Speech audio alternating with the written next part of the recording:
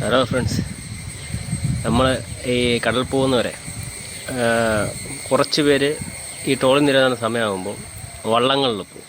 അത് കഴിഞ്ഞിട്ട് കുറച്ച് പേര് ചെന്നൈയിൽ പോകും, കന്യാകുമാരി പോകും, ഓരോരോ കടലിൽ പോകും. അപ്പം ഞാൻ വന്നിട്ട് പാരമ്പര്യമായിട്ട് മത്സ്യത്തൊഴിലാളിയല്ല.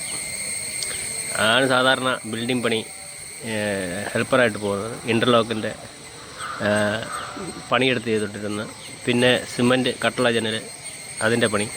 ഞാൻ എടൂർ, പെരുമുന്ന, ഇരിട്ടി, മട്ടന്നൂർ എന്നീ ഭാഗങ്ങളിലെല്ലാം പണി ചെയ്തിട്ടുണ്ട്. മേശരി പണിക്ക് മഞ്ചേരി റൂട്ടിൽ ഇരുമ്പുഴി, മലപ്പുറം, അവിടെയും പണിക്ക് പോയിട്ടുണ്ട്. പിന്നെ കൂടുതൽ നമ്മുടെ നാട്ടിൽ തിരുവനന്തപുരത്ത് എൻ്റെ വീട്ടു ചുറ്റുവട്ടത്ത് മാത്രം പണിക്ക് പോകുന്നതാണ്. ഇൻ്റർലോക്കിൻ്റെ പണിക്കാണെങ്കിൽ ഒരു ദിവസത്തിൽ 1400 രൂപ കിട്ടും. മേശരിക്ക് ഹെൽപ്പറിന് 1200. മേശരി പണിക്ക് വരുമ്പം ഒരു ദിവസത്തെ ശമ്പളം 1150 രൂപ, 1200 വാങ്ങുമായിരിക്കും, അറിയാൻ പാടില്ല. അപ്പം ഈ പ്രാവശ്യത്തെ ടോൾ നിരോധന ഇൻ്റർലോക്കിൻ്റെ പണി കിട്ടിയില്ല. കാര്യം എനിക്ക് വണ്ടിയില്ലാത്തതുകൊണ്ട് പോകാനും വരാനും ഒക്കെ പാടാം. അപ്പോൾ ആരെങ്കിലുമൊക്കെ പണിക്കാരുണ്ട്. അപ്പം കൂട്ടുകാരന്മാരെല്ലാവർക്കും സ്ഥിരമായിട്ടുള്ള പണിക്കാരുണ്ട്. അപ്പോൾ അവർക്ക് ആ പണിക്കാരത്രയും കറക്റ്റ് ചെയ്തിട്ട് നമുക്ക് പണി കിട്ടാൻ വേണ്ടി ബുദ്ധിമുട്ടായിരുന്നു.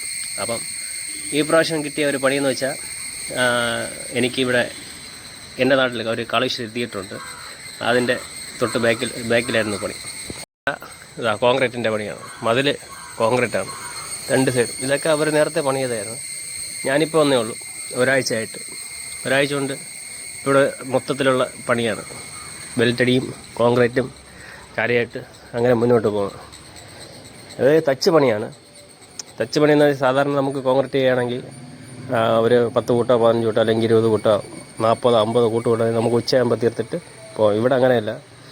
കോൺക്രീറ്റ് എല്ലാം കഴിഞ്ഞ് ഇതപ്പം ഒരു ഉച്ചയാകുമ്പോൾ കോൺക്രീറ്റ് കഴിയും. അടുത്ത് കമ്പി കെട്ടണം. കമ്പി കെട്ടിയിട്ട് അടുത്ത് തട്ടടിക്കാനുള്ള ഇതൊക്കെ മുട്ടെല്ലാം കൊടുത്ത് പോകുമ്പം സമയം ഒരുപാടാണ്. 5-5:30 ആവും. സാരമില്ല, കാര്യം പണിയില്ലാതെ കിടന്ന് വീട്ടിൽ മക്കൾ പട്ടിണിക്കൊക്കെ കിടക്കണേക്കാളും നല്ലത്.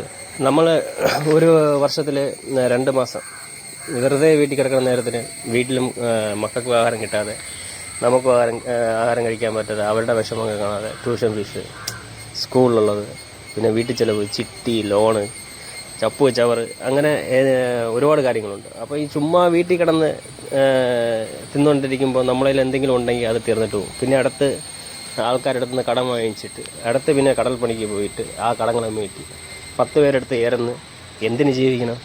നമുക്ക് കൈയും കാലും ഉണ്ട്, ആരോഗ്യമുണ്ട്. ഈ വീട്ടിൽ ഇരുന്ന് തിന്നുന്ന പയ്യന്മാരുടെ അടുത്തൊക്കെ പറയുന്ന ഒരു കാര്യമാണ്, എടാ നല്ലപോലെ അധ്വാനിക്കണം.